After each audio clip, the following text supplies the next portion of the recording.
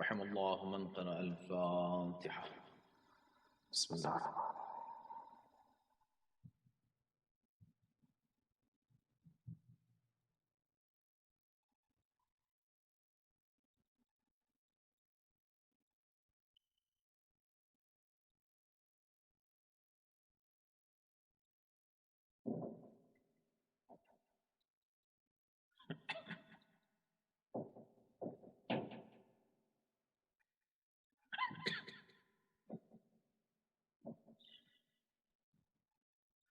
أعوذ بالله السميع العليم من الشيطان اللعين الرجيم. بسم الله الرحمن الرحيم. الحمد لله على ما أنعم وله الشكر على ما ألهم والثناء بما قدم من عموم نعم ابتداها وسبوغ آلاء أزداها وتمام منن والاها. جمع عن الإحصاء عددها ونأى عن الجزاء أبدها وتفاوت عن الإدراك أمدها. والصلاة والسلام على سيد الأنام سيدنا ونبينا ومولانا أبي القاسم محمد وآله الطيبين الطاهرين المعصومين المظلومين واللعنة الدائمة على أعدائهم أجمعين من الآن إلى يوم الدين. أما بعد، فقد قال الله سبحانه تبارك وتعالى في كتابه الكريم: وهو أصدق القائلين وقوله الحق. بسم الله الرحمن الرحيم. لقد جاءكم رسول من أنفسكم عزيز عليه ما عنتم حريص عليكم بالمؤمنين رؤوف رحيم. صلوات.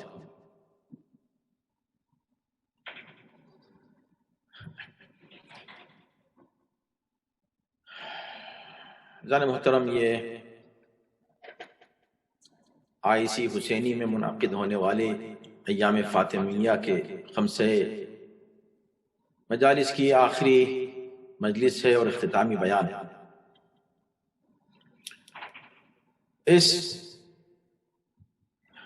سلسلے مجالس کے لیے ہم نے جس عنوان کا انتخاب کیا تھا وہ بہت ہی وسیع ہے اور اتنی وسعتیں ہیں اس کی کہ میں عرض کر چکا ہوں کہ 100 مجلسیں بھی 100 تقاریر ایک ایک گھنٹے کی اس کے لیے ناکافی ہیں، صرف مختصر تشریح کے لیے۔ اگر تفصیلی تشریح میں جائیں تو خود آپ کو اندازہ ہوا ہوگا یقیناً، خطبے کے جملے آپ حضرات نے پڑھے ہوں گے کہ ایک ایک جملے میں کتنا عظیم الشان خزانہ ہے علم و حکمت اور معارف اور مطالب کا۔ اور ایسا لگتا ہے کہ شہزادی اپنے خطبے میں ایک طرف قرآن کی تفسیر پیش کر رہی ہیں، ایک طرف نہج البلاغہ کے لیے تمہید تیار کر رہی ہیں۔ آپ کا یہ خطبہ یہ ایک بہت بڑا گویا خزانہ ہے الحمدللہ اہل بیت کے چاہنے والوں کے پاس۔ اس کا مطالعہ کرنا چاہیے، اگر آپ کو ابھی بھی موقع نہیں ملا تو ضرور کریں، اور اس بات کا دھیان رکھیں کہ کوشش کریں کہ کسی سلسلے میں جس کو ضروری ہم مانیں، جو ہماری پریورٹی میں آتا ہو، جو ترجیحات میں شامل ہو، اس کے لیے کوئی بہانہ نہ بنائیں۔ اگر واقعاً کوئی عذر ہے بھی تو نہ کہیں کہ یہ عذر ہے، کبھی نہ کہیں کہ ہمارے پاس مثلاً قرآن پڑھنے کے لیے وقت نہیں ہے، مت کہیے، یہ کہیے کہ ہاں ہم نہیں پڑھتے، ہم بس دعا کرتے ہیں کہ اللہ توفیق دے، موقع مل جائے پڑھنے۔ کبھی مت کہیے کہ ہمارے پاس وقت نہیں ہے۔ معصومین علیہ السلام کے یہ جو کلام ہیں اور یہ خطبات ہیں، نہج البلاغہ ہے یا دعائیں ہیں صحیفہ کاملہ کی، یا اپنے دینی مسائل کو جاننے کے لیے، فقہی مسائل کے لیے یا تاریخ پر نظر ڈالنے کے لیے ہمارے پاس وقت نہیں، یہ نہیں کہنا چاہتا، کیونکہ وقت اللہ نے دیا ہے اور یہ ناشکری ہوگی اس وقت کی جو اللہ نے عطا کیا ہے۔ اور دیکھیں امتحانات اللہ لے لیتا ہے۔ وہ لوگ جو کووڈ 19 سے پہلے کہتے تھے کہ ہمارے پاس وقت نہیں ہے، ہم بہت مصروف ہیں، صبح جاتے ہیں شام کو آتے ہیں، ہمارے پاس کہاں اتنا وقت ہے کہ ہم قرآن بیٹھ کر پڑھیں۔ ایک صفحے کی بات ہے، ایک صفحے میں کتنا وقت لگتا ہے، لیکن چلے مصروف تھے۔ اب اللہ نے یہ موقع دیا، اس لیے کہ ظاہر ہے کہ میں کئی بار عرض کر چکا ہوں کہ مشکلات میں مواقع پوشیدہ ہوتے ہیں، ہر چیلنج میں ایک اپورچونٹی پوشیدہ ہوتی ہے اللہ کی طرف سے۔ ان مع العسر یسرا، مشکلات میں آسانیاں ہوتی ہیں۔ تو اس مشکل میں ایک آسانی یہ تھی اور ایک اپورچونٹی یہ تھی کہ لوگوں کا وقت تو بچا نا۔ اب وہ جو وقت ہم ڈرائیونگ میں صرف کرتے تھے یا اور دوسری جگہ وقت صرف ہوتا تھا، اب وہ کم سے کم ہو گیا۔ وہ لوگ بھی جو گھر سے کام کر رہے ہیں ان کے لیے بھی وقت کم ہو گیا۔ اب بتائیں کیا کہہ رہے ہیں آپ کہ قرآن اب پڑھنے کا ابھی وقت نہیں ہے؟ تو 1 گھنٹہ کہاں گیا جو آپ صرف کرتے تھے ڈرائیونگ میں؟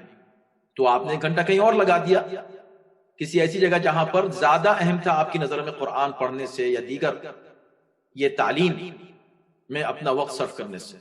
تعلیمات آل محمد یہ ایک خزانہ ہے، اس خزانے کے ہوتے ہوئے ہمیں دنیا میں یا آخرت میں کسی قسم کی پریشانی نہیں ہو سکتی۔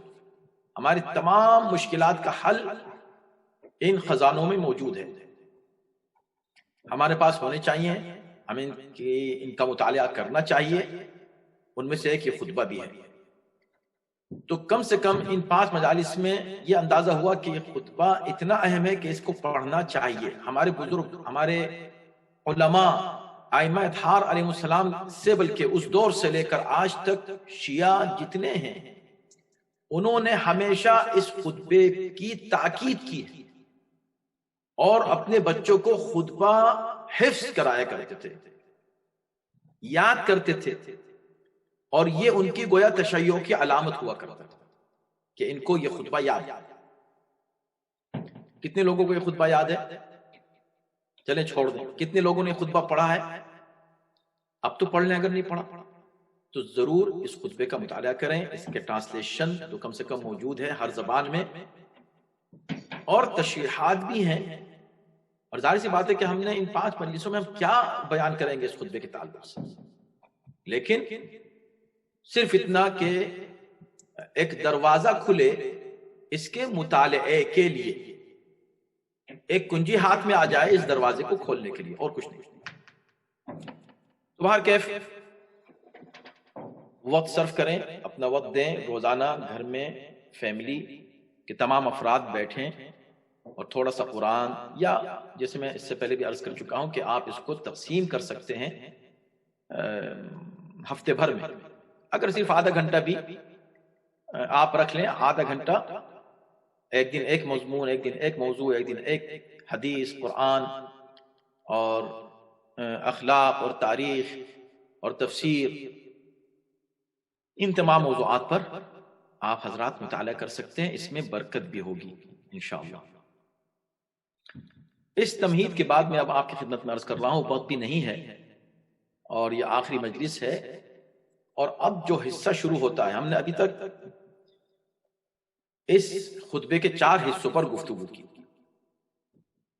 اور جلدی جلدی کی وہ بھی، لیکن اب جو یہ حصہ آ رہا ہے یہ کافی طولانی ہے، اور اس میں پھر شہزادی نے مختلف موضوعات کو دوبارہ دہرایا ہے۔ اس میں پھر سے توحید کا ذکر آیا ہے، اور پھر سے رسالت کی عظمت بیان فرمائی ہے آپ نے، اور پھر سے قرآن کی تعریف اور قرآن کا تعارف فرمایا ہے، اور پھر سے امت کو خطاب کیا ہے۔ یہ سب باتیں پھر سے آئیں دوبارہ، لیکن مختلف انداز سے، دوسرے طریقے سے۔ ایسا لگتا ہے کہ اب خطبے کا ایک دوسرا حصہ شروع ہو رہا ہے. تو جہاں ہم نے پہلی مجلس میں توحید پر گفتگو کی، دوسرے مجلس میں رسالت اور نبوت، اور تیسری مجلس میں قرآن، اور چوتھی مجلس میں فلسفہ احکام. جہاں فلسفہ احکام کا سلسلہ تمام ہوتا ہے وہاں شہزادی فرماتی ہے فاتقوا اللہ حق تقاتہ. اب آیتیں پڑھ رہی ہیں، میں عرض کر چکا ہوں، آپ کو یاد ہوگا کہ 19 آیتوں کا حوالہ دیا ہے اس پورے خطبے میں، 19 آیات، اور حوالہ اس طرح دیا ہے کہ گفتگو کر رہی ہیں اور اسی تسلسل کے ساتھ آیت پڑھ دی. تو ایسا لگ رہا ہے کہ گویا کہ یہ ایک تسلسل ہے اسی کلام کا، لیکن اپنی بات کہنے کے بجائے اللہ کے الفاظ میں اسی بات کو کہا جو خود کہنا چاہ رہی تھی. فاتقوا اللہ حق تقاتہ ولا تموتن الا وانتم مسلمون. اللہ سے ڈرو، اس طرح ڈرو جو ڈرنے کا حق ہے، تاکہ کوئی نہ کہے کھڑو گے میں تو ڈرتا ہوں اللہ سے، میں تو بڑا متقی ہوں. نہیں، وہ متقی بنو جو تقوی کا حق ہے. اور دیکھو اس دنیا سے مت جانا بغیر اسلام کے. ہر ہر ہر ہر ہر جملے میں، ہر آیت میں، ہر کوٹ جو آپ نے فرمایا، ہر لفظ میں بہت سے پیغام ہیں، اور میں جلدی سے گزروں گا جتنا ہو سکے گا، بس اپنی سکت کے مطابق، معذرت کے ساتھ کہ بھئی میں کیا عرض کر سکتا ہوں. لیکن یہ کہ کم سے کم یہ خطبہ آخر تک کیا کہہ رہا ہے وہ کوئکلی سامنے آ جائے. وَأَطِيعُوا اللَّهَ فِي مَا أَمَرَكُمْ بِهِ وَنَهَاكُمْ. اللہ کی اطاعت کرو، جن چیزوں میں اللہ نے تم کو حکم دیا ہے کرنے کا اس کو کرو، جس سے روکا ہے اس سے رک جاؤ. پھر آیت پڑھ دی فَإِنَّهُ، یعنی بالکل اس طرح ہے کہ آپ اسی فلو میں آپ پڑھتے چلے جائیں تو لگتا ہے کہ یہ اسی کلام کا حصہ ہے، لیکن آیت یعنی آیت ہے قرآن مجید کی انما یخشی اللہ من عبادہ العلماء. اللہ سے صرف وہ ڈرتے ہیں جن کے پاس علم ہوتا ہے، جو صاحبان علم ہوتے ہیں. اس کے بعد پھر فرمایا، اب یہاں سے فرماتے ثم قالت، پھر فرماتی ہیں. اب یہاں سے خطبے کا ایک نیا حصہ شروع ہوتا ہے. کیا؟ ایھا الناس اعلموا انی فاطمہ. اے لوگوں سمجھ لو کہ میں فاطمہ ہوں. وَأَبِي محمد، اور میرے باپ محمد ہے. میں فاطمہ ہوں اور میرے باپ محمد ہے. اپنا نام بتا رہی ہیں اور اپنے والد گرامی کا ذکر کر رہی ہیں، لیکن یہ نہیں کہہ رہے ہیں کہ وہ ابی رسول اللہ، وہ ابی محمد. نام لیا ہے اسم گرامی. کیوں؟ اس لیے کہ قرآن نے منع کیا ہے لوگوں کو کہ خبردار کوئی یہ نہ کہے کہ محمد تمہارا باپ ہے. کوئی محمد کو اپنا باپ نہ کہے. اب کسی نے کہا کہ نہیں، کہا تو ہے لیکن من رجالکم کا ہے. تو میں کہوں گا اگر رجالکم کا لفظ استعمال کر دیا تو یہ بھی احترام فاطمہ میں اللہ نے کہا کہ کوئی نہیں کہہ سکتا کہ میرے باپ ہیں تمہارے مردوں میں سے. اس کا مطلب فاطمہ کہہ سکتی ہیں اور وہ کہہ رہی ہیں سب کے سامنے، اس لیے کہ وہ ہیں بیٹی اور وہ ان کے باپ ہیں. اور ایک دلچسپ بات یہ ہے کہ من رجالکم کہا تمہارے باپ نہیں ہیں، یعنی ہر بات یاد دلا رہی شہزادی یہاں کھڑے ہو کر. اور آج تک کے اور قیامت تک آنے والے ہر مسلمان کے لیے ایک طرح کی یاد دہانی ہے. جب نبی کسی کے باپ نہیں ہے، اور مردوں میں سے آپ نے کہا مردوں میں سے ٹھیک ہے، مردوں میں سے کسی کے باپ نہیں ہے، تو جب مردوں میں سے کسی کے باپ نہیں ہے تو مردوں میں سے کوئی بھی ان کا بیٹا نہیں ہوگا. Very simple calculation. اس میں پریشانی کی بات؟ کیا قرآن میں کنٹراڈکشن ہے؟ کیا قرآن میں کسی طرح کا تضاد ہے؟ استغفر اللہ، نعوذ باللہ. کوئی مانے گا اس کو؟ جو مانے وہ مسلمان ہی نہیں ہے. تضاد نہیں ہے. اللہ کا کلام ہے لو کان من عند غیر اللہ لوجدوا فیہ اختلافا کثیرا. اگر اللہ کے علاوہ کسی اور جگہ سے آتا، قرآن خود کہہ رہا ہے، تو اس میں کثیر اختلاف پاتے. کوئی اختلاف نہیں آپس میں. قرآن کی آیتوں میں کوئی اختلاف نہیں. جو پہلی آیت نے کہا وہ آخری آیت نے کہا. تو اب جب یہ بات طے ہے تو پھر ایک طرف قرآن یہ کہہ رہا ہے کہ کسی مرد کے باپ نہیں ہے، اور دوسری طرف خدا یہ کہہ رہا ہے کہ اے نبی آپ کہہ دیں کہ چلو تم اپنے بیٹوں کو لاؤ، ہم اپنے بیٹوں کو لاتے. ابنا انا جب نبی کسی کے باپ ہی نہیں ہیں تو بیٹوں کو کیسے لائیں گے؟ تو بتانا یہی ہے کہ قرآن پڑھو تو تمہاری سمجھ میں آئے کم اور نا کا فرق. رجالکم یعنی تمہارے مردوں میں سے کسی کے باپ نہیں. یہاں کیا کہا؟ ابناءنا، یہ میرے ہمارے بیٹے.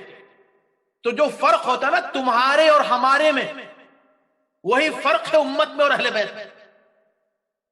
تمہیں یعنی کم اور نا کا فرق نہیں معلوم؟ امت کو اہل بیت سے، اہل بیت کو امت سے قیاس کرتے ہو، مقابلہ کرتے ہو. امت ہے تمہارے، اہل بیت ہے ہمارے نبی کے لیے. ابناءنا ہمارے بیٹے. تو پیغمبر کے بیٹے تھے، پیغمبر ان کے لیے باپ کی حیثیت رکھتے تھے، مگر صرف ان کے لیے. کیوں؟ اس لیے کہ اہل بیت اور ہیں، امت اور ہے. ان دونوں کو مکس مت. کتنے صاف کھلے ہوئے حسین یہ پیغامات ہیں. مجھے خود حیرت ہوتی ہے کہ کیوں یہ مسلمان بھائی، یہ قاری، یہ حافظ کیوں نہیں سمجھتے؟ ان دونوں آیتوں کو ایک جگہ رکھ کے دیکھو، رجالکم ابناءنا. اگر کوئی غیر مسلم تم پہ اعتراض کرے کہ ایک طرف قرآن کہہ رہا ہے کہ کسی کے باپ نہیں ہے، اس طرف کہہ رہا ہے میں اپنے بیٹوں کو لے کے آتا ہوں، جب باپ ہی نہیں تو بیٹوں کہاں سے لے آئیں گے؟ تو اس کا مطلب یہ ہوا کہ نہیں، یہ ماننا پڑے گا کہ اہل بیت الگ ہیں، ان سے قیاس مت کرو کسی کو. تو اب یہاں پر اسی کی تاکید میں شہزادی فرما رہے، سمجھ رہے ہو؟ خود بیٹھ کے میرے بابا کا نام لے رہا ہوں یہاں، اشہد ان محمد رسول اللہ کی آواز ہے. اعلموا انی فاطمہ، سمجھ لو کہ میں فاطمہ، وہ ابی محمد، اور میرے باپ محمد. اب جو جملہ فرماتی ہیں وہ بڑا عظیم ہے. اقول عودا وبدوا ولا اقول ما اقول غلطا ولا افعل ما افعل شططا. کمال کا کلام. اللہ دیکھو، میں فاطمہ ہوں، میں محمد کی بیٹی ہوں صلی اللہ علیہ وآلہ وسلم. میں جو کہتی ہوں اقول عودا وبدوا، جو میں نے پہلے کہا وہی آخر میں کہہ رہی ہوں. یعنی میرا جو پہلا کلام ہے وہی میرا آخری ہے. یہ کیا کہنے کی بات ہے شہزادی؟ کیا بتانا چاہتی ہوں کہ جو انداز کلام الہی کا ہے، قرآن کا، کہ جو پہلے سورے نے کہا وہی آخری سورے نے کہا، آپس میں کوئی کنٹرڈکشن نہیں ہے. میرے کلام میں بھی کنٹرڈکشن نہیں آتا. میں جو پہلے کہہ دیا وہی اب کہہ رہی ہوں، جو اب کہہ رہی ہوں وہ پہلے کہہ چکی. ولا اقول ما اقول غلطا، اور جو میں کہتی ہوں میں نے کبھی کوئی بات غلط نہیں کہی ہے. میں غلط بات نہیں کہتی. فرما رہی کسی کی مجال ہو تو کھڑے ہو کے کہہ دے کہ آپ غلط کریں، ہمت ہو تو کہہ دے آپ غلط کریں. نہیں، میں غلط نہیں کہتی. ولا اقول ما اقول الشطط، اور شطط اکانے غلطی کی بات ہم نہیں کر رہے ہیں، لیکن لغزش ہو جاتی ہے کبھی. عمدن کوئی نہیں غلطی کرتا، خطا ہو گئی جس کو خطا کہتے ہیں. شطط، شطط مانے حق سے کوئی انسان دور ہو جائے تھوڑی دیر کے لیے غیر عمد طور پر.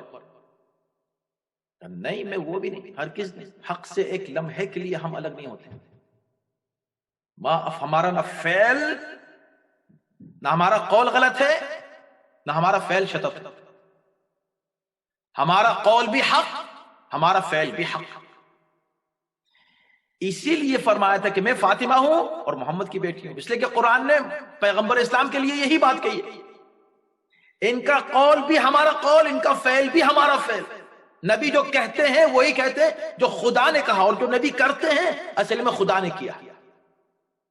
قول و فعل کی ضمانت خدا لے رہا ہے. یہاں شہزادی فرما رہے کہ میرا بھی چونکہ جزء رسالت ہوں میں، تو میں بھی جو کہوں گی وہی کہوں گی جو نبی نے کہا اور جو اللہ چاہتا ہے کہ میں کہوں. اور جو کروں گی وہی کروں گی جو نبی نے کیا یا وہ جو پیغمبر اور اللہ چاہتے ہیں کہ میں کم کروں. اور یہ کہہ کے اب پھر آیت پڑھ دی. اس کلام میں جو آیتیں ہیں، اس حسین کلام میں، اس حسین یہ جواہر اور یہ موتی کلام کے بلاغت اور فصاحت کے، اس کا حسن اور اس کا جمال اور اس کا اٹریکشن عجیب و غریب. لقد جاءکم رسول من انفسکم عزیز علیہ ما عنتم، تمہارے پاس ایک رسول آیا، تمہارے ہی درمیان میں سے آیا. ابھی آیت قرآن کی وہ پیش کر رہی ہیں، لیکن ہر آیت کے پیش کرنے کا ریزن ہے. اپنے کلام کے تسلسل کے ساتھ آیت پیش کی، پھر آگے بڑھ گئی. اب میں کوئی ایسی بات نہیں کہنا چاہتا کہ جو عام فکر سے ذرا بالا ہو جائے اور میں مصروف ہو جاؤں اس کی تشریح میں. اس کی ضرورت نہیں ہے، وقت نہیں ہے اس کا. لیکن اس بات پہ غور کیجئے گا کہ کہیں پر نہیں کہا درمیان کلام کہ قال اللہ. کوئی بھی مقرر جب بات کرتا ہے اور آیت قرآن کی پیش کرتا ہے تو حوالہ دیتا ہے نا کہ اللہ کا کلام یہ ہے. نہیں ہے، بات کر رہی ہیں اور آیت پیش کر رہی ہیں. اب اس میں کوئی تبصرہ بالکل نہیں کروں، اس لیے میں نے کہا کہ عام فکر سے بالاتر ہو جائے بات، اس پر بات نہ کروں، خاموش ہو. لیکن اب آپ خود غور کیجئے کہ ایسا کیوں. یہ نہیں کہا قال اللہ لقد جاءکم، نہیں، لقد جاءکم اسی لہجے میں بات ہو رہی ہے. رسول من انفسکم، تمہارے پاس رسول آیا تھا تمہارے درمیان سے. عزیز علیہ ما عنتم، ہماری جان قربان اپنی شہزادی. کن آیات کا انتخاب کیا ہے، کیسے موقع پر، گفتگو کا کیا تسلسل ہے. اللہ عزیز علیہ ما عنتم، اس کے لیے شاق ہے، مشکل ہے، دشوار ہے، ہمیشہ دشوار رہا. ما عنتم، تم کو کبھی کوئی پریشانی لاحق ہوئی تو ان کو یہ بات بہت شاق گزرتی تھی. میرے بابا کو بہت ہی تکلیف ہوتی تھی اگر تمہیں کوئی تکلیف، جب وہ تم کو تکلیف میں دیکھتے تھے. کتنا ہم سلام کریں شہزادی کو اور ان کے کلام کی عظمتوں. کیا حسین آیت لے کر آئی ہیں، اور کس موقع کی، بہترین موقع کی آیت. حریص علیکم بالمؤمنین رؤوف، وہ تمہاری ہمیشہ بھلائی کے خواہاں رہتے تھے. حریص علیکم، بہت ہی انہیں بس یہ شوق تھا کہ تم کو خوش دیکھیں، خوشحال دیکھیں. تمہاری پریشانی ان کو برداشت نہیں ہوتی تھی. بالمؤمنین رؤوف رحیم، مؤمنین کے ساتھ رؤوف بھی تھے، رحیم بھی تھے. وہ صفات جو اللہ کی ہیں وہ استعمال، یہ قرآن آیت ہے، قرآن آیت ہے جو شہزادی پیش کر. بالمؤمنین رؤوف رحیم. شہزادی اس آیت کے یہاں پیش کرنے کا کیا مطلب؟ کہا میں ابتدائی میں اب جب خطبے کا دوسرا حصہ شروع ہو رہا میں ان کو بتانا چاہتی ہوں کہ دیکھ لو، سمجھ لو اپنے ضمیر، اگر تمہارے پاس ضمیر ہے، اگر ضمیر ہے اور وہ ضمیر زندہ ہے تو ذرا اس حقیقت پہ غور کرو کہ میں کس کی بیٹی ہوں. میں نے تم کو کس کا نام بتایا، ابھی اپنا نام بتایا، اپنے باپ کا بتایا کہ نہیں. وہ جب رسول آئے تو ان کی صفت کیا، یعنی قرآن پیش کر رہا ہے یہی کہ تمہیں تکلیف میں دیکھ کے وہ تڑپ جاتے تھے. کتنے بے وفا ہو تم کہ آج ان کی بیٹی تکلیف اور اذیت میں ہے اور تم پہ کوئی اثر نہیں. اس کے برعکس تم خود اس اذیت کا سبب بنے ہوئے ہو. یہ ہے اس احسان کا بدلہ. اس رؤوف و رحیم نبی کے احسانات کا بدلہ آج تم یہ دے رہے ہو کہ ان کی بیٹی کے ساتھ تمہارا یہ سلوک. بہترین آیت، بہترین، خدا کی قسم. میں نے اسی آیت کو آج سرنامے کلام قرار دیا. ابتدا میں یہی آیت پڑھی اسی لیے کیونکہ شہزادی نے یہ آیت اپنا تعارف کرا کے اپنے والد گرامی کا تعارف کرا کے فَإِن تَعْزُوهُ وَتَعْرِفُوهُ تَجِدُوهُ أَبِي دُونَ نِسَاءٍ. اب ایک بات شہزادی نے پھر کہی، اگر تم اس رسول کو پہچانتے ہو، جانتے ہو، سمجھتے ہو اور اس کی عزت کرتے ہو، تعزوہ تعرفوہ تجدوہ ابی،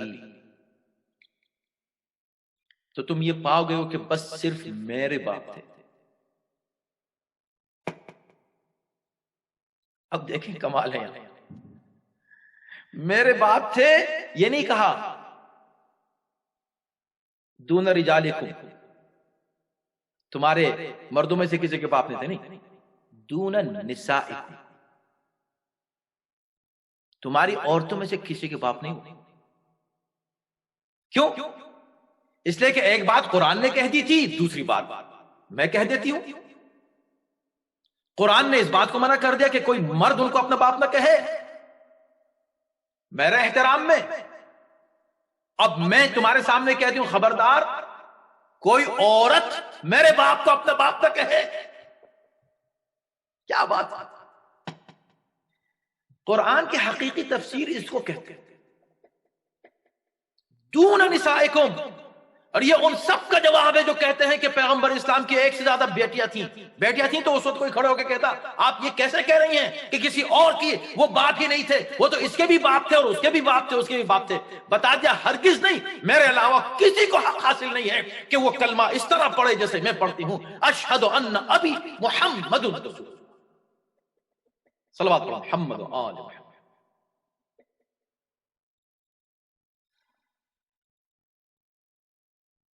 تجدوہ ابی، انہیں تم پاؤ گے کہ بس وہ میرے باپ ہیں، بس دون نسائکم، تمہاری عورتوں میں سے کسی کے باپ نہیں۔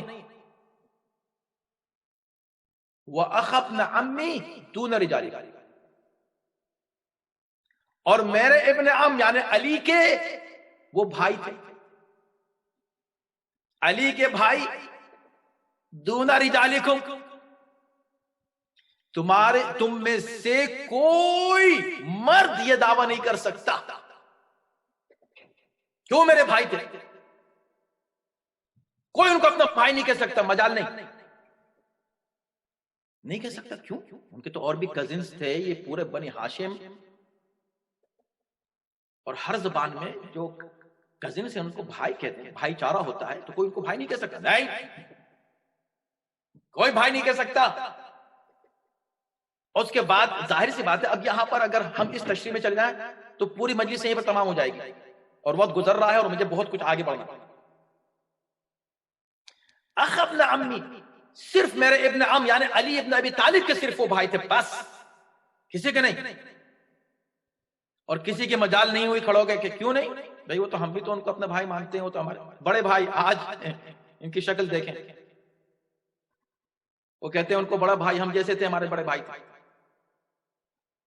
فاطمہ احترام اور عظمت اپنے بابا کی بتا رہی ہیں کہ رسول کی یہ ہے عظمت اور تعریف کہ وہ کسی کے بھائی نہیں ہیں، بس علی کے، یعنی وہ کسی جیسے نہیں، ہم جیسے، تم جیسے نہیں، وہ اگر تھے کسی کے جیسے تو بس علی جیسے، اور علی تھے تو بس رسول جیسے۔ تقابل مت کرنا، مقایسہ مت کرنا۔ بھائی تھے کیوں؟ صرف علی کے بھائی کیوں؟ اس لیے کہ صرف اللہ نے صرف انہی کو بھائی بنایا۔ جب تم کو ایک دوسرے کا بھائی بنا رہے تھے، اس وقت کوئی اعتراض کرتا کہ آپ نے علی کو کیوں بنا لیا اپنا بھائی؟ نبی نے کہہ دیا کہ یا علی انت اخی فی الدنیا والآخرہ، تم میرے بھائی ہو دنیا میں بھی آخرت میں۔ اور اخی کا مطلب یہاں پر یہ جو اخوت ہے وہ بھائی چارے والی، صرف دوستی والی اخوت نہیں ہے، صرف رشتے والی اخوت نہیں ہے۔ یہاں اخی سے مراد وہی اخی ہے جو موسیٰ نے ہارون کے لیے استعمال کیا تھا لفظ، یا اللہ یہ میرا بھائی ہے، اس کو میرا خلیفہ قرار دے، اور اللہ نے کہا ہم تم کو، تمہارے بھائی کو تمہارا خلیفہ بنا دے۔ وہ خلافت والی اخوت ہے۔ یہ سب اشارے ہیں۔ وَنِعْمَ الْمَعْزِ إِلَيْهِ، اور یہ جو میں نے نسبتیں بیان کی ہیں نبی سے، جو خصوصی صرف ہماری ہیں، تم نہیں کہہ سکتے، تم صرف کلمہ پڑھ سکتے ہو ان کا، چلو خاموش ہو گئے یہ کلمہ پڑھو، مگر تم اپنا رشتہ ان سے نہیں پیش کر سکتے کہ ان کے یہ رشتہ تھا، کوئی رشتہ تمہارا نہیں تھا، صرف ہمارا رشتہ تھا، میرے بھائی علی کا رشتہ ہے، میرے بچوں کا رشتہ ہے، بس اور ہاں یہ رشتے بے شک قابل فخر ہیں، وَلِعْمَ الْمَزِي إِلَيْهِ، کیا کہنے اگر ہم اس پر فخر کریں، اگر ہم اس پر یعنی اس کا ذکر کریں اس نسبت کا، تو یقیناً بہترین نسبت ہے یہ صلی اللہ علیہ وآلہ وسلم۔ یہاں پر ایک گفتگو تمام ہوتی ہے، اس کے بعد اب رسول اللہ کی تعریف شروع کرتی ہیں۔ اب میرے پاس وقت نہیں ہے، میں جلدی سے گزرنا چاہتا ہوں، میں وقت کو دیکھ رہا ہوں، ویسے بھی آج تاخیر سے مجلس شروع ہوئی ہے۔ خلاصہ پیش کر رہا ہوں ایک، اور ہر جملے کا ایک لطف ہے، میں کیا کروں،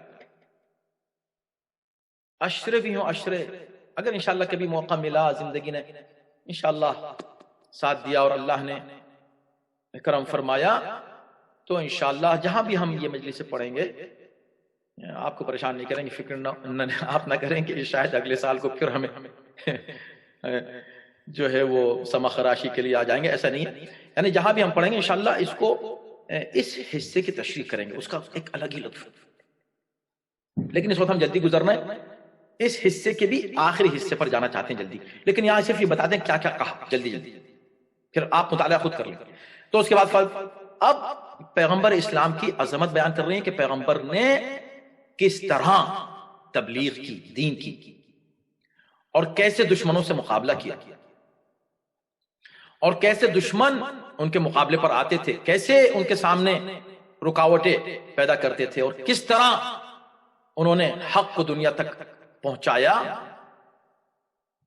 اور کیسے نہ صرف کفار اور مشرکین بلکہ منافقین کی سازشوں کا سامنا کیا، اور کیسے تم اس وقت وَكُنْتُمْ عَلَى شَفَا حُفْرَةٍ النَّارِ، یہ بھی آیت ہے قرآن کی، مگر وہی اسی تسلسل پیش کیا، ایک حسن ہے اس میں ایک حسن ہے، وَكُنْتُمْ عَلَى شَفَا حُفْرَةٍ مِّنَ النَّارِ، تم آگ کے جو گڑھا ہے، گڑھا جس میں آگ جل رہی تھی، اس کے کنارے تم کھڑے ہوئے تھے۔ عجیب تعبیر ہے، قرآنی تعبیر ہے، عَلَى شَفَا حُفْرَةٍ مِّنَ النَّارِ فَأَنْقَذَكُم مِّنْهَا، تمہیں گرنے سے بچا لیا، وہاں اس وقت نبی نے بچایا تمہیں اسلام پیش کر کے، مگر تم واقعی کیا بچ گئے؟ تمہارا حال کیا تھا کہ تم ایسے تھے جیسے دشمن کے لیے گھوٹ پانی اور پیلے اٹھا کے، اتنے کمزور۔ آج ہمارے سامنے طاقت اپنی ظاہر کر رہے ہو، آج تمہارا یہ حال ہے، ساری تمہاری طاقت، سارا زور ہم پر ہے، کیونکہ ہم کو صبر کا حکم دے دیا گیا ہے، میرے بھائی کو صبر، یعنی میرے شوہر کو صبر کا حکم دے دیا گیا ہے، اس لیے تمہارا یہ حال تھا کہ ایک گھوٹ پانی جیسے کوئی دشمن اٹھائے پی لے، اتنا آسان تھا تمہارے یہ دشمن کے لیے تم کو ختم کر دینا۔ اور جیسے کوئی چنگاری جلدی سے آگے بڑھ کے چنگاری، چھوٹی چنگاری بجھا دے، آگ کا بجھانا مشکل ہوتا ہے، چنگاری تھی، تم ایک چنگاری سے تھے دشمن کے لیے، کچھ بھی نہیں، اور تم خس و خاشاک کی طرح تھے کہ جن کے اوپر آدمی چل کے گھاس سے کوئی ڈرے گا؟ تمہارا یہ حال تک گھاس کی طرح، گھاس پھوس کی طرح تھا کہ جس کے اوپر قدم رکھ کے لوگ، یعنی آپ دیکھیں کہ کیا کیفیت بیان کی ہے اور کیا تصویر کشی کی ہے ان حقائق کی۔ آج خلافت کو غصب کر کے تمہارے پاس کچھ پاور آ گئے ہیں اتنے کہ تم ہمارے ساتھ یہ حرکتیں کر رہے ہو، تم اپنی حالت دیکھو، تمہاری حالت کیا تھی، گھاس پھوس کی طرح تھے، موطع الاقدام، جہاں جس کے اوپر جو ہے پیروں سے کچلتے ہوئے لوگ چلے جاتے۔ اسی طرح اور بھی بہت ہی دلچسپ شہزادی نے ان کی کیفیتیں بیان کی ہیں، اور ایسی بھی تشربون طرق، یعنی تمہارا یہ حال تھا کہ تمہارے پاس کھانے پینے کی چیزیں بھی نہیں تھی، گندا بدبودار پانی پیتے تھے، اس سے اپنی پیاس بجھا دیتے تھے، گھاس پھوس سے اپنی، یعنی ان کی غربت، تمہارے پاس کچھ نہیں تھا۔ آج تم اپنے جو ہے غنی ہونے پہ ناز کر رہے ہو، تمہارے پاس بڑی دولت آ گئی ہے، بڑا پیسہ آ گیا ہے، اب تم جو ہے فدق چھیننے کے لیے چلے آئے ہو۔ بہت بہت تمہارے پاس ہے نا پاور، یہ تمہارا حال تھا.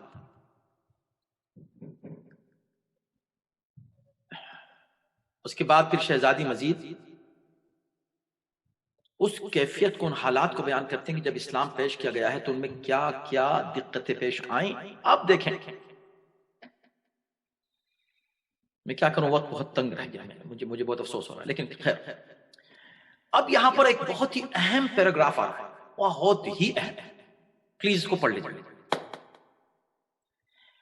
فرماتی ہیں کہ اب وہ سچویشن شہزادی نے پیش کی کہ جب پیغمبر نے اسلام پیش کیا تو تمہاری تو یہ حالت تھی، اور کیا دشمنوں کی حالت تھی کہ کلما اوقدوا نارا للحرب اطفاها اللہ. یہ بھی آیت قرآن کی آیت قرآن کی ایسی پیش کر رہی ہیں. ونجم قرن الشیطان، شیطان سر اٹھاتا تھا، مشرکین اژدہے کی طرح منہ کھول کے چلے آتے تھے، اور ایسے خطرناک حالات ہوتے تھے اسلام کے خلاف، مسلمانوں کے خلاف. یہ دشمن چاروں طرف سے گھرے ہوئے. ابھی اسلام شروع ہوا ہے، پیغمبر نے بھی اسلام پہنچانا شروع کیا. تم تو اتنے کمزور تھے، تمہارا تو حال یہ تھا، دشمن اتنا مضبوط تھا. اب سنیے کیا کہتے ہیں. ایسی کیفیت میں کیا ہوا، جب کبھی شیطان نے سر اٹھایا، قذف اخاہ فی لہواتها. اللہ اکبر. اب مولا کائنات کی جو تعریف ہے بیان کی ہے شہزادی نے اس خطبے میں، اب امامت کا دفاع، زبردست طریقے سے امامت کا دفاع کیا. علی کے فضائل بیان کیے، ان کی شجاعت. جب کبھی ایسی کیفیت آتی تھی کہ دشمن اژدہے کی طرح منہ پھاڑے تمہاری طرف آتا تھا تو علی کو بھیج دیا کرتے تھے. ان تمام خطروں میں علی کو ڈال دیا کرتے تھے. قذف اخاہ، کہ جاؤ علی تم چلے جاؤ. اور وہ علی واپس نہیں آتے تھے جب تک اس فتنے کے سر کو پامال نہ کر دیں، اور جب تک اپنی تلوار سے اس فتنے کی آگ کو بجھا نہ دیں. کیا کیا جملے ہیں، کیا کیا الفاظ. مطلب یہ ہے کہ یہ مت سمجھنا کہ وہ تلوار کند ہو گئی، یہ مت سمجھنا کہ وہ بازو کمزور ہو گئے. تم کیا چیز، تم کیا ہو، تمہاری حقیقت کیا، تم تو اتنے کمزور.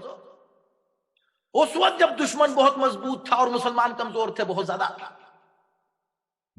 اس وقت علی کے سہارے سے ہمیشہ اللہ نے تم کو بچایا. علی کی تلوار نے بچایا ہے اسلام کو. اور تم سب کو آج جو تم لوگ باتیں کر رہے ہو نا، علی کا صدقہ ہے. وہ تلوار آج بھی موجود ہے، وہ بازو آج بھی موجود ہے. لیکن شہزادی بتانا چاہتے ہیں کہ صرف چونکہ تم کو پتا ہے کہ کچھ حالات ہیں ایسے، اللہ کی مصلحت یہی ہے کہ علی خاموش رہیں. اگر ابھی اجازت مل جائے علی کو تو پھر تم دیکھو گے کہ وہی حالات بنیں گے کہ پورا لشکر آتا تھا اور علی تنہا اس کو شکست دے دیا کرتے تھے.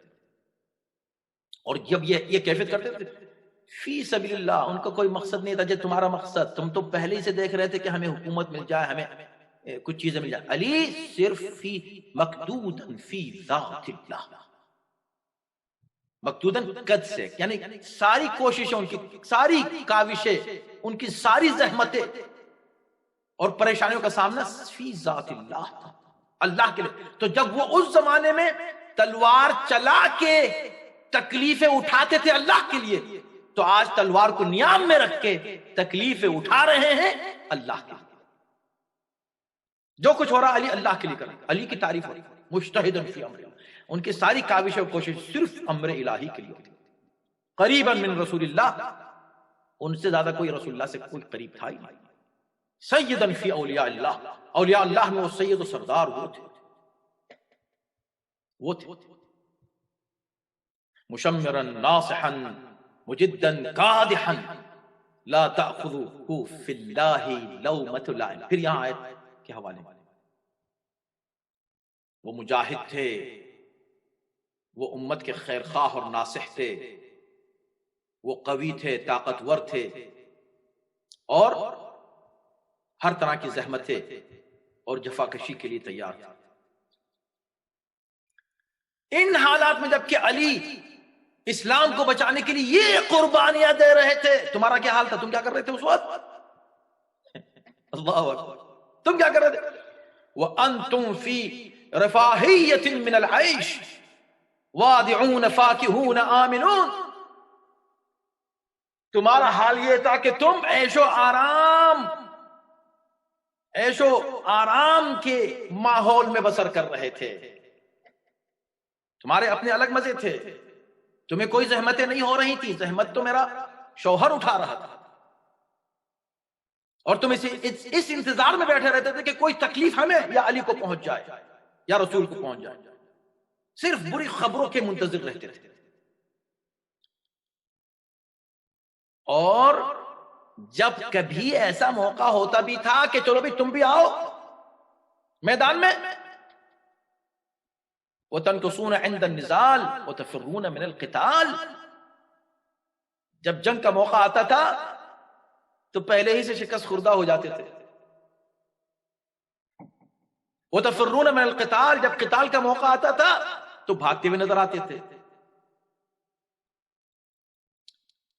جن حالات کی تصویر کشی شہزادے نے کی ہے، اس کا یعنی حق ہے اس کا کہ ہم اس کو اور تفصیل سے بیان کریں، ان تمام حوالوں کے ساتھ جو تاریخ کے حوالے آج معتبر کتابوں میں مسلمانوں کی موجود ہیں.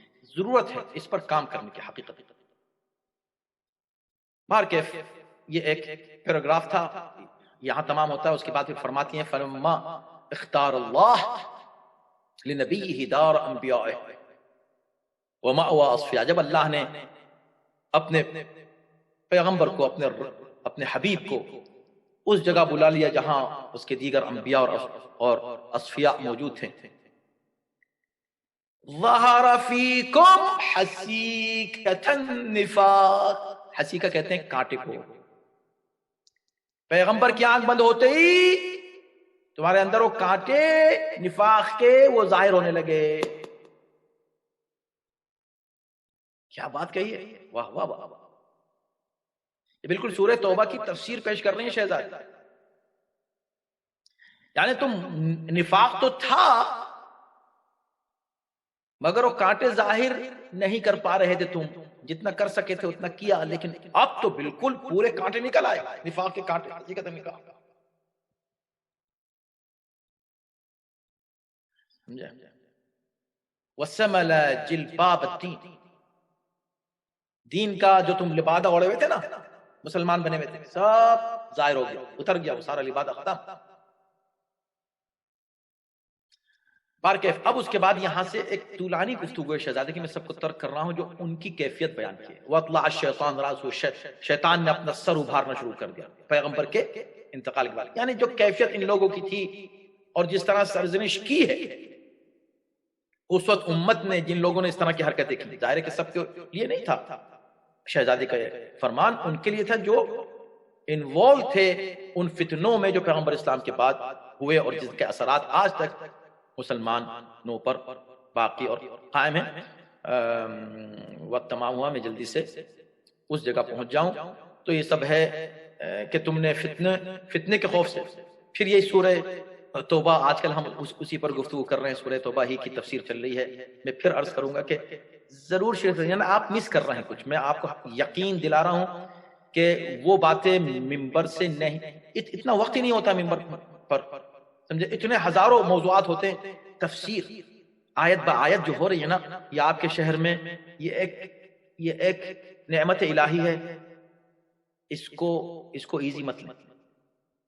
خود بھی شرکت کریں، اپنے تمام احباب سے کہیں کہ ضرور شرکت کریں. بہت ہی اہم پہلو ان آیات کے جو نہیں آئے ہیں سامنے، نہیں موقع ہوتا، یا مخالفین تو جان کر اس کو چھپاتے ہیں. تو یہ آیت اس میں آئی تھی، الا فی الفتنۃ سقطوا. تم نے کہا کہ بھئی رسول اللہ کا جنازہ چھوڑ کر، یہ فرما رہی ہیں شہزادی اپنے خطبے میں، بابا کا جنازہ چھوڑ کے تم چلے گئے سقیفہ میں. اب بتائیے کیا فدق مانگ رہے ہیں شہزادی؟ اس کا نام خود ہے فدق ہے، لیکن یہاں فدق کی بات ہو رہی ہے یا امامت کا دفاع ہو رہا ہے؟ توحید و رسالت و نبوت و قرآن اور دین اور اسلام کا دفاع فرما رہے ہیں شہزادی، اس لیے کہ وہ ہیں حقیقی مالک۔ اسے تکلیف ہوتی ہے جو مالک ہے جب گھر کوئی گرانے آتا ہے، اسلام کا گھر ان کا ہے۔ تو تم نے یہ بہانہ بنایا کہ نہیں ہم اس لیے سقیفہ میں جمع ہو گئے کہ اگر ہم تجہیز و تکفین میں لگ جاتے تو فتنہ کھڑا ہو جاتا۔ یہ بالکل وہی بہانے ہیں جو منافقین کر رہے تھے، اور سورہ توبہ میں ان کا ذکر ہے، ان منافقین کا جنگ تبوک کے تعلق سے، اور یہ آیت آئی الا فی الفتنۃ سقطوا۔ یہ فتنے سے بچنا چاہ رہے ہیں، ارے فتنے میں تو یہ پڑ چکے ہیں خود۔ الا فی الفتنۃ، تم کہہ رہے ہو فتنے سے بچنے کے لیے، یہ خود فتنہ تھا جو تم نے کیا، تم نے خود فتنے میں پڑ گئے، اور یہ قرآن کی آیت ہے۔ باہر کیف مجبور ہوں بہت ہی دلچسپ مسائل کو ترک کرنے کے لیے، یہاں پر آگے بڑھنے کے لیے صرف اس جگہ جلدی سے آ جاتا ہوں جہاں شہزادی نے ایک سوال کیا ہے۔ آیات ہیں بڑی دلچسپ آیات، سب کو چھوڑو سب کو چھوڑو، اور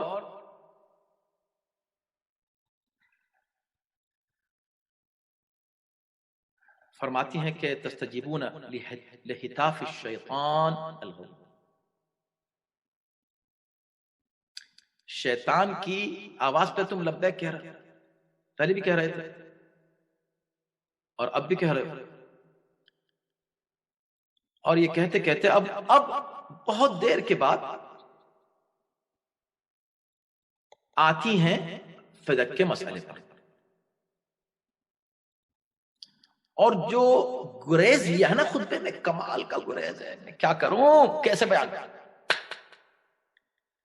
وَأَنْتُمَ الْآنَ تَزْعَمُونَ، اب تم یہ سمجھتے ہو اب کہ أَنَّ لَا إِرْثَ لَنَا، کہ ہمارے لیے کوئی میراث نہیں ہے، میں نبی کی بیٹی کو میراث نہیں ملے گی، یہ سمجھ رہے ہو؟ میں کہہ رہا ہوں نا کہ اس طرح بات کر رہے ہیں جیسے انہی کا کلام ہے، لیکن اصل میں اللہ کا کلام ہے، اس کو اپنے کلام کے ساتھ ملاتی چلی جا رہی ہے۔ افحکم الجاہلیت تبغون، جاہلیت والے حکم لگانا چاہ رہے ہو، یعنی جو جاہلیت میں بیٹیوں کے ساتھ ہوتا تو وہ کرنا چاہ رہے ہو۔ یہاں سے بات شروع کرتی ہیں اور میں آگے بڑھ رہا ہوں جلدی سے۔ اس کے بعد فرماتی ہیں، دیکھیں اب یہاں سے ایک سوال جو شہزادے نے کیا وہ آج بھی ہے، مسلمانوں کے لیے ہے۔ یہ جو کچھ بیچارے ان پڑھ ہوتے ہیں، انہیں زیادہ مطالعہ ہوتا نہیں ہے، جہل کی بنا پر اپنے ایسی باتیں کر دیتے ہیں۔ جیسے ایک جاہل ملا نے ابھی آپ نے سنا ہوگا کہا کہ شہزادی نے نعوذ باللہ خطا کی،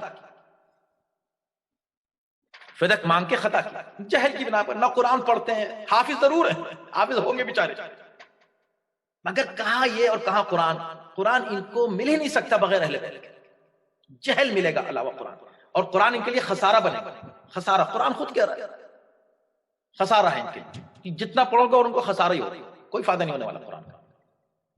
کہہ رہے فاطمہ نے خطا کی تھی اپنا حق مانگ کے، عجیب۔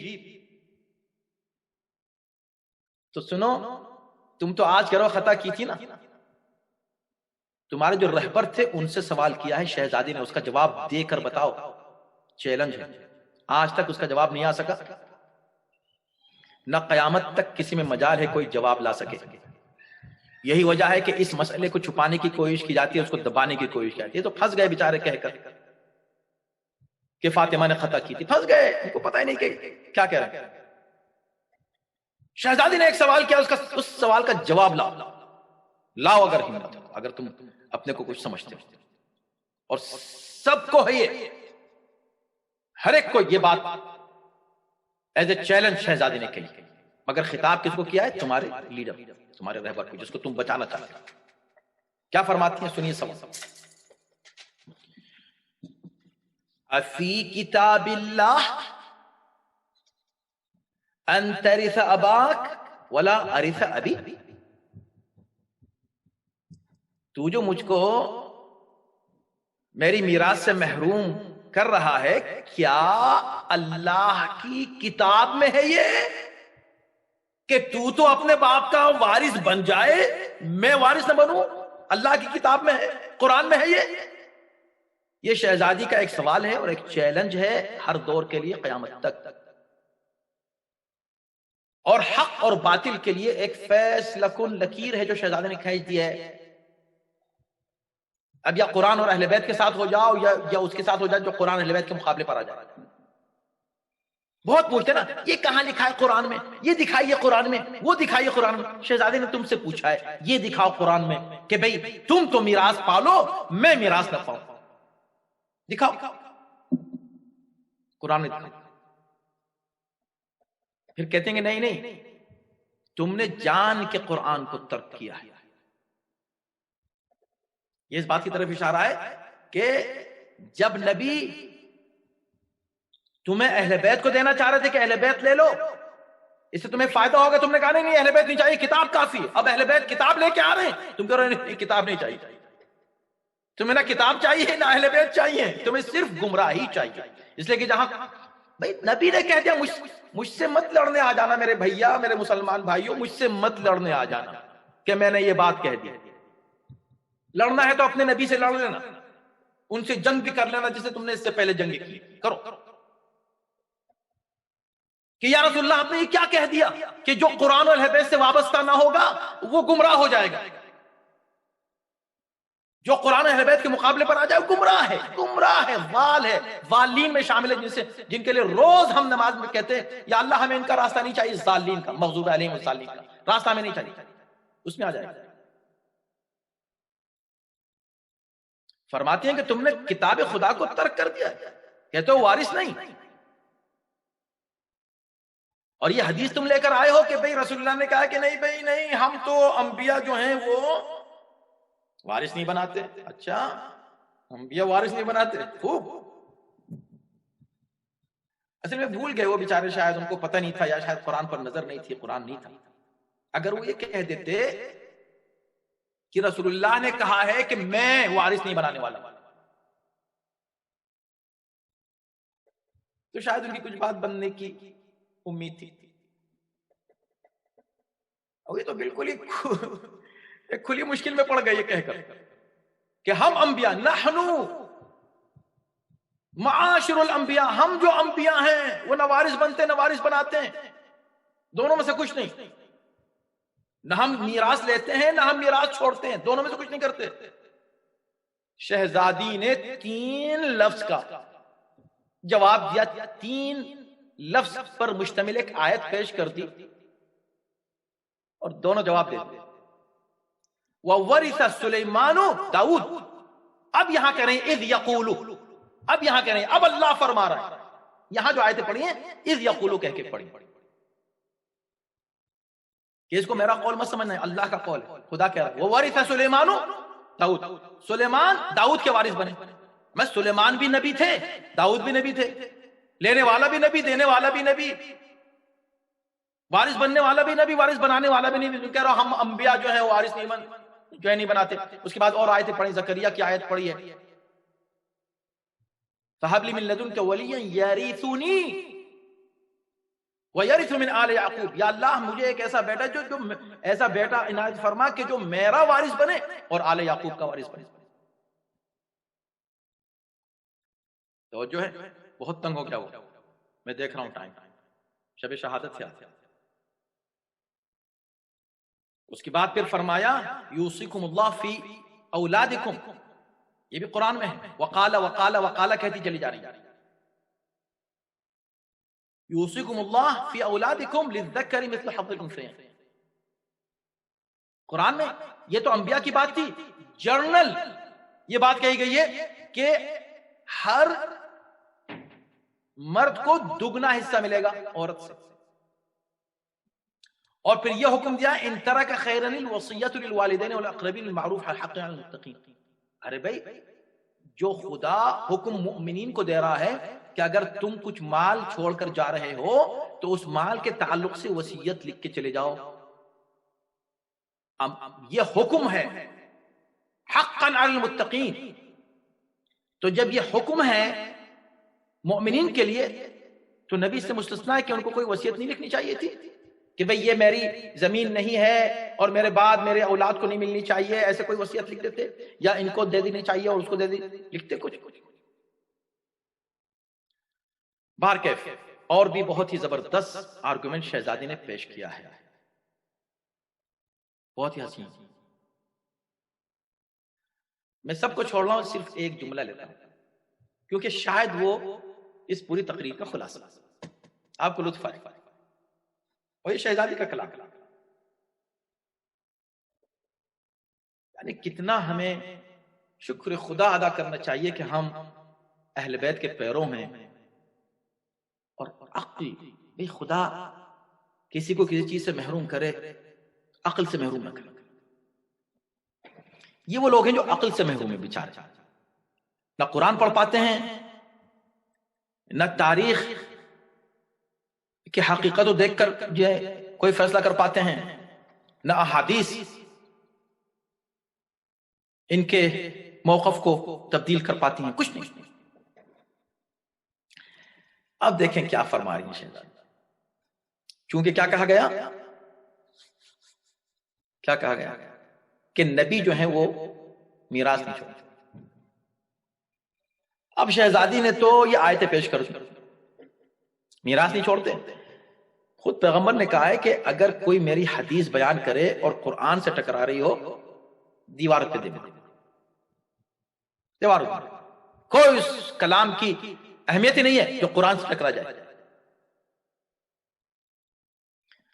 اب یہاں جو حامی ہیں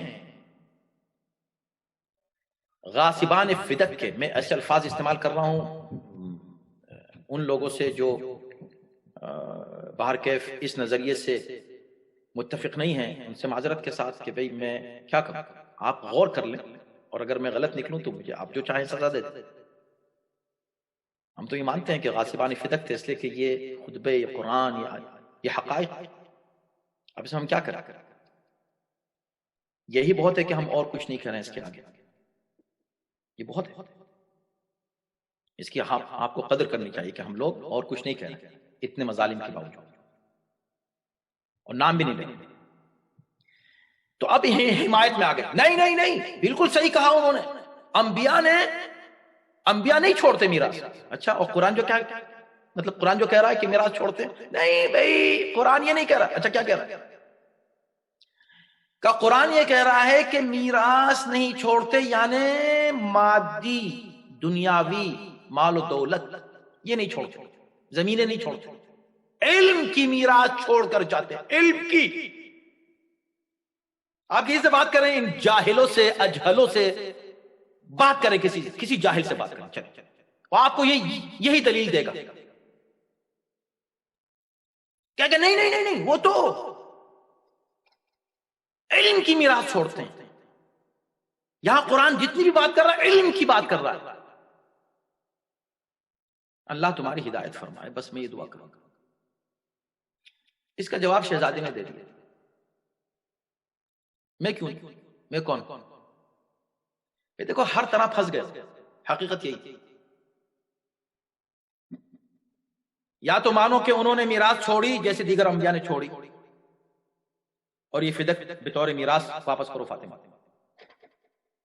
یا یہ مانو کہ نہیں علمی میراث تھی. اچھا، علمی میراث تھی، چلو ہم وہ مان لیتے. اب اگر علمی میراث تھی تو خدا کے لیے اللہ کو حاضر و ناظر سمجھ کر، یہ سوچ کر کہ تمہیں خدا ہی کو کسی دن جواب دینا ہوگا، یہ بتا دو کہ نبی کے علم کی میراث کس کے پاس ہوگی؟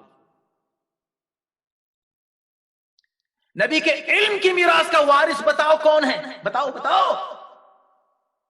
کہاں جاؤ گے تم؟ اگر مادی میراث مانو تو فاطمہ کا حق، علمی میراث مانو تو علی کا حق. اب بولو شہزادے نے اس بات کو کس حسین پیرائے میں پیش کیا. فرماتی ام انتم اعلم بخصوص القرآن وعمومه من ابی وابن امی. قرآن تو کہہ رہا ہے کہ ان تمام انبیاء نے میراث لی بھی ہے، میراث دی بھی ہے. تم کہہ رہو نہیں نبی کو نہیں ملے گی، مجھ کو نہیں ملے گی. تو یہ کوئی خصوصی بات تھی ایسی؟ تو تم نے قرآن میں تو کوئی آیت دکھائی نہیں.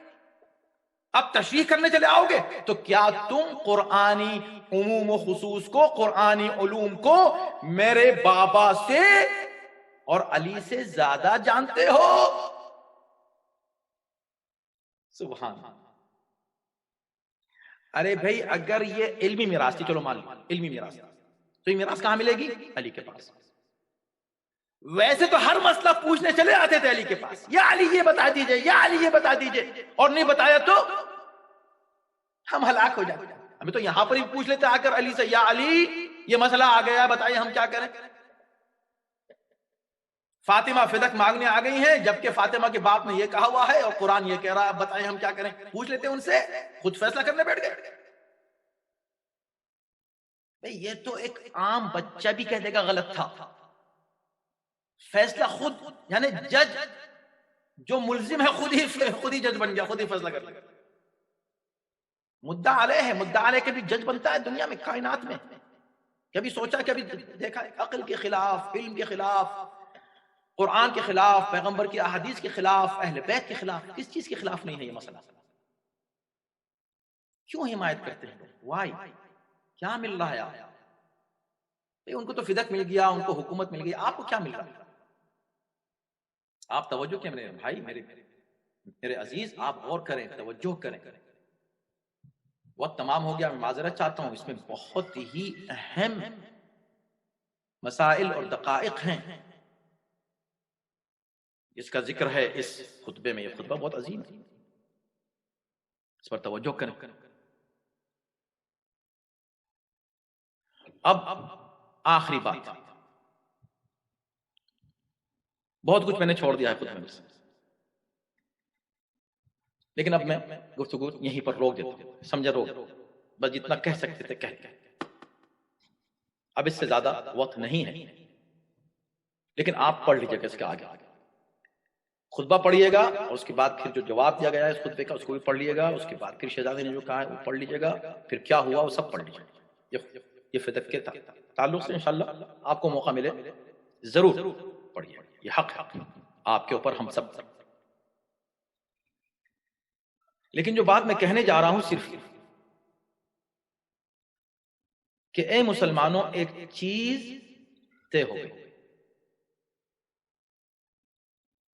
ایک چیز کا فیصلہ ہو گیا کہ فاطمہ آئیں. آ کر انہوں نے فدق کا مطالبہ کیا. تمہارے نبی کی بیٹی، اس سوچ لو کچھ مانگنے آئی، استغفر اللہ، یہی سوچ لو کہ کچھ مانگنے آئی، لینے آئی، دربار میں کچھ مانگنے آئی. اپنا حق تمہارا، تم سے کچھ لینے، تم سے کیا مانگے گی؟ تم سب فقیر ہو، صرف یہ غنی ہے، صرف اہل بیت غنی ہے، بس باقی سب فقیر ہے. تم سے کیا مانگے گی؟ مگر اپنا حق مانگنے آئی، واپس لینے. لاؤ میرا حق دے دو.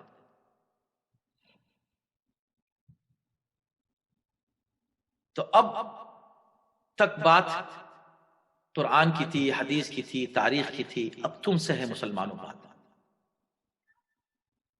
یہ بتاؤ کہ فاطمہ کو، تمہارے نبی کی بیٹی کو، اس کا حق ملا؟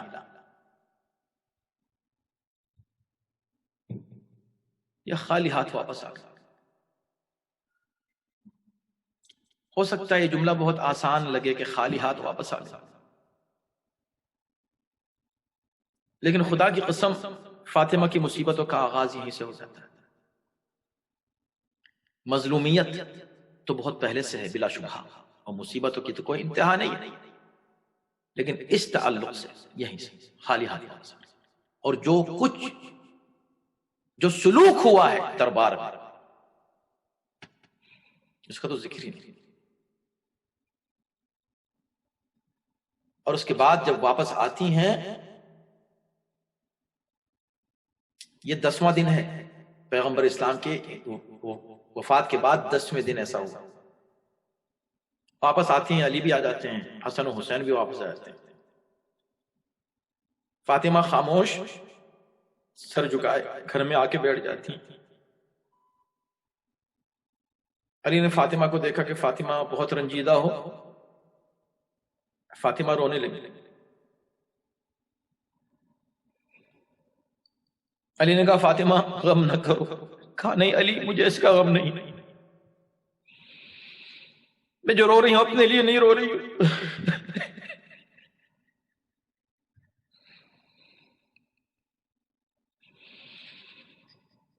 میں جو آج حالات دیکھ کر آئی ہوں دربار میں، اس کو سوچ کر تمہارے بارے میں سوچ رہی ہوں. یا علی، یا علی آپ کے ساتھ یہ کیا کرنے والے؟ مجھے تو معلوم ہے میرے بابا نے مجھ کو بتا دیا تھا کہ میں بہت جلد بابا کے پاس جانے والی ہوں، میں زیادہ دن نہیں رہوں گی، مجھے معلوم ہے. مگر یا علی میرے بعد آپ کے ساتھ کیا ہوگا؟ خدا کی قسم علی روز قبر میں بیٹھتے تھے، تنہا جاتے تھے اکیلے قبر میں بیٹھے رہتے تھے دیر تک باتیں کرتے تھے فاطمہ سے، اور یہ کہتے تھے فاطمہ تم نے مجھے اکیلا چھوڑ دیا، میرا کوئی نہیں ہے اس دنیا میں، صرف ایک دفاع کرنے والی تم اس دنیا سے چلی گئی ہو، علی اکیلا رہ گیا ہے. روز چلے جایا کرتے تھے. بلکہ ایک تاریخ بھی بتاتی ہے کہ ایک بار اسی طرح بیٹھے ہوئے بات کر رہے تھے، بچوں کو چھوڑ دیا تھا، سو رہے تھے، فضا کے پاس بچے ہیں اور سو رہے، تو ایک مرتبہ قبر سے آواز آتی ہے جلدی واپس جاؤ میری زینب اٹھ گئی ہے تمہیں یاد کر رہی ہے. میرا سلام ہو علی پر جو فاطمہ کے بعد ان ننھے ننھے چھوٹے سے بچوں کے لیے باپ بھی بن رہے تھے، ماں بھی. اور دیکھیں رخصت ہوتے ماں نے کیسے بچوں کو رخصت کیا ہوگا. دیکھیں ماں کے اوپر کیا، جب معلوم ہے کہ میں جانے والی ہوں، ایسے چھوٹے بچے 6 سال 5 سال 4 سال 3 سال ام کلثوم چھوٹے چھوٹے بچوں کو چھوڑ کے جا رہی ہے. بس علی سے وصیتیں کی ہیں. اور ایک دن خواب میں دیکھا بابا کو، تو اٹھتی ہیں خوشی خوشی، اب بابا کے پاس جا رہی ہیں، اسی شکستہ پہلو کے ساتھ، اسی ٹوٹے ہوئے ہاتھ کے ساتھ، اسی زخمی سینے کے ساتھ. شہزادی نے سارے گھر کے کام انجام دیے، تیاری ہے بابا کے پاس جانے کی، سارے کام انجام دیے، جلدی جلدی سارے کام، کھانا تیار کیا بچوں کے لیے. علی نے آ کر دیکھا فاطمہ آج تو عجیب کیفیت دیکھ رہا ہوں. کہ ہاں یار آپ کو معلوم ہو جائے گا. اور اس کے بعد پھر اسما سے کہا اسما میں اس کمرے میں جاتی ہوں، اس حجرے میں جاتی ہوں، جب تک میری آواز آتی رہے سمجھنا میں زندہ ہوں. میری تسبیح کی آواز آنا بند ہو جائے سمجھ لینا میں اس دنیا سے رخصت ہو چکی.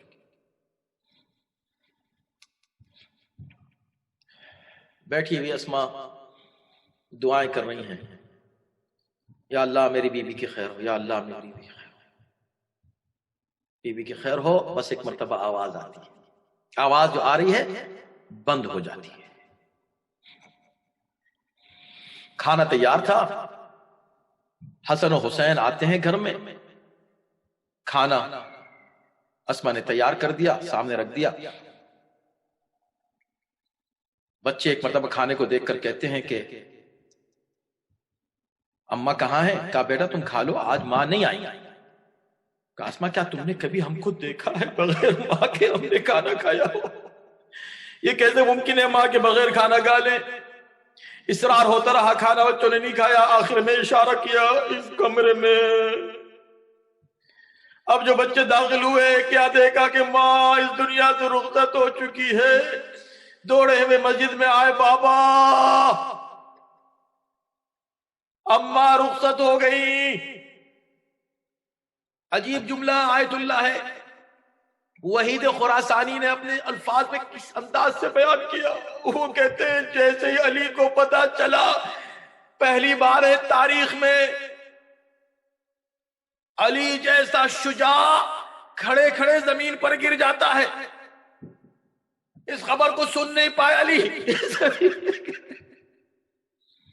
اب جو آتے ہیں گھر میں، بس عزیزارو آپ کے زحمت میں تمام کرنا چاہتا ہوں، آج شب عاشور سے کم نہیں ہے، شب عاشور سے کم نہیں ہے۔ بھئی آپ عاشور میں کیا کرتے ہیں بتائیں مجھے، بتائیں تو صحیح۔ فاطمہ کو پرسہ دیتے ہیں نا، ہر امام کی شہادت کے موقع کس کو پرسہ دیتے ہیں؟ فاطمہ کو دیتے ہیں۔ آج فاطمہ کا پرسہ سب کو دینا ہے، یا علی آپ کو دے رہے ہیں، یا نبی آپ کو پرسہ، امام زمانہ کو پرسہ، حسین کو، حسن کو، سب کو پرسہ، فاطمہ کا پرسہ۔ بس چند فقرے اور آپ کی زحمت تمام ہو رہی ہے۔ علی آئے، اب غسل و کفن کی تیاری آئی۔ یہ بھی علی کی مظلومیت ہے۔ علی نے غسل و کفن کا جو انتظام کیا، جس انداز سے کیا، غسل دیا ہے مولا نے، اس لیے کہ معصوم کو معصوم ہی غسل دے سکتا ہے، اور جناب معصومہ عصمت کبریٰ پر فائز ہیں، اور یہ غسل کوئی اور نہیں دے سکتا تھا علی کے علاوہ۔ اور ویسے بھی مدینے میں کون تھا جس کو علی بلاتا؟ علی نے اپنی اسی غربت اور تنہائی میں فاطمہ کو غسل دیا ہے۔ ہاں اتنا ضرور ہے کہ جب یہ خبر ملی تو کچھ چاہنے والے باہر آ کے کھڑے ہو گئے، لوگوں نے کہا کہ جب علی غسل دے رہے تھے، غسل دیتے دیتے علی چیخ مار کے رونے لگے۔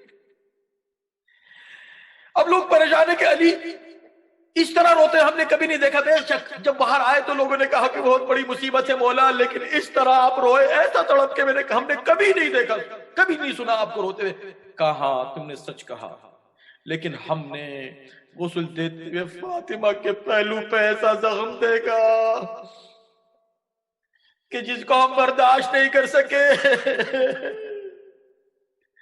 بس عزادارو میں کہوں گا مولا بے شک اتنا بڑا یہ صبر کا مرحلہ آپ کے لیے تھا، آپ زخم نہیں دیکھ سکے۔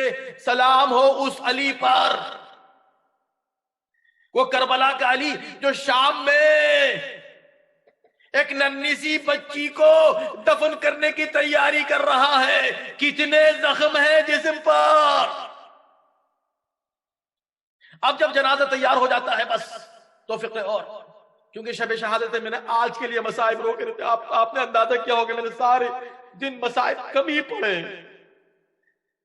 رحمت نہیں دینا چاہ رہا تھا آپ کو، لیکن آج شب شہادت کچھ وقت زیادہ ہو گیا ہے، معذرت چاہتا۔ ویسے آخری فکر، اب تیاری ہو گئی، کفن بھی تیار ہے، جنازہ تیار ہے، اب جنازہ اٹھنا ہے، اور یہ وصیت کر دی گئی ہے کہ پردہ شب میں جنازہ اٹھے۔ اب روایت ہے کہ امیر المؤمنین نے جنازہ اٹھانے سے پہلے تمام بچوں کو بلایا، ایک ایک کو آواز دی کہ آؤ ہلمو، آؤ اپنی ماں سے رخصت ہو۔ سارے بچے آ جاتے ہیں، سب بچے رخصت ہوتے ہیں۔ ایک مرتبہ امیر المؤمنین نے کیا دیکھا کہ حسین پائتی کھڑے، آگے بڑھو بیٹا۔ کہا بابا ایسا کبھی ہوا نہیں کہ میں آیا ہوں اور ماں نے آگے بڑھ کے مجھے سینے سے نہ لگایا، ایسا کبھی نہیں ہوا۔ آج بھی میں چاہتا ہوں میری ماں مجھے بلائے تو میں جاؤں۔ کہا بیٹا اب رخصت ہو لو، تمہاری ماں اب تمہیں اس طرح کیسے بلائے گی؟ نہیں بابا، ماں بلائے گی تو کیا، بس ابھی یہ کہا ہی تھا۔ امیر المومنین فرماتے ہیں حسن و حسین دونوں کے لیے روایت ہے، یہ بھی روایت ہے کہ ادھر حسین نے کہا تو حسن بھی کھڑے ہو گئے، میں بھی ماں چاہتا ہوں کہ ماں مجھے تو کہتے ہیں قسم کھا کے امیر المومنین کہتے ہیں کہ انہا حنت وانت ومدت یدیہا وضمتہما الی صدرہ ملی. میں قسم کھا کے کہتا ہوں کہ جیسے یہ کہا ہے حسن و حسین نے، ایک مرتبہ فاطمہ نے دونوں بچوں کو سینے سے لگا لیا. بندے کفن ٹوٹتے ہیں، سینے سے دونوں بچے لگ جاتے، ماں بھی رو رہی ہے، بھائی اور بچے بھی کریا کر رہے ہیں، زینب و ام کلثوم بھی لپٹ کے ماں سے کریا کر رہی ہیں. پھر ایک مرتبہ فرماتے ہیں ایک عاطف غیبی کی آواز آئی، ملائے اعلیٰ میں کوہرام بپا ہے، ایک آواز آتی ہے یا علی ان کو جدا کر لو، فقد اقیا واللہ ملائکۃ السماء. اس لیے کہ اس منظر نے آسمان کے فرشتوں میں گریا برپا کر دیا ہے. گریا بکا کا عالم ہے، فرشتے برداشت نہیں کر پا رہے، آپ ان کو ہٹائے. امیر المومنین آگے بڑھے، حسن کو اٹھایا، حسین کو اٹھایا، بچوں کو جدا کیا. بچوں بس ماں کو جانے دو. میں کہتا ہوں علی نے جدا کیا مجھے نہیں معلوم، کوئی روایت نہیں بتاتی کتنا وقت لگا ہوگا سمجھانے میں، ایک کس طرح پیار سے جدا کیا ہوگا، لیکن اتنا معلوم ہے بچوں کو بڑے پیار سے جدا کیا ہوگا ماں کے سینے سے. میں کہوں گا مولا کاش کربلا میں آ جاتے.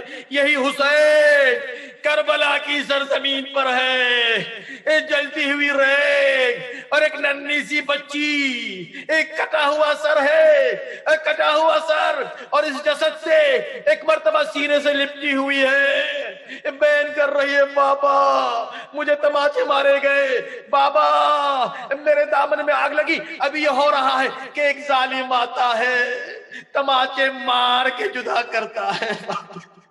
ہائے سکینہ، ہائے حسین، ہائے زہرا، ہائے فاطمہ.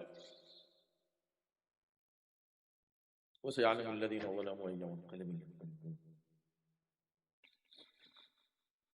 پروردگار عمل صالح کو قبول فرما، اس سے بہتر انداز سے پہلے بیت سنانے کی توفیق کرامت فرما.